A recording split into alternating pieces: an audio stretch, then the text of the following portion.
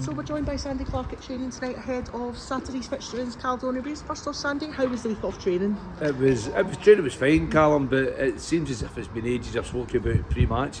It's a fortnight since we've played, and it's always disappointing when you have such a good performance and good result against Berwick that you miss a game or you miss a Saturday, and then it seems to have been a long wait.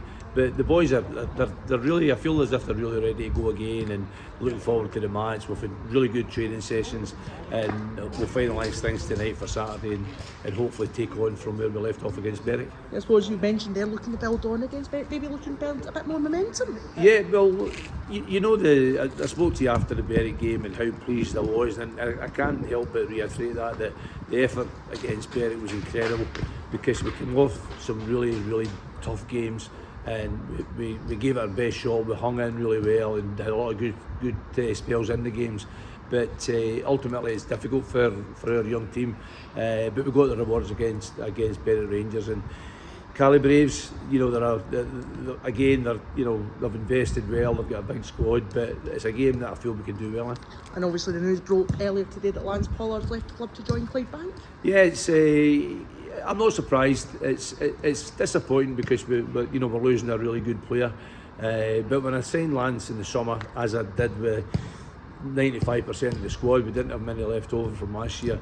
The only way I can sell our club, because we can't have a financial offer for them, the only way I can do it is this is a foundation, and if you do well, if there's interest in you, then we won't stand in your way. We'll let you move on if the money's right.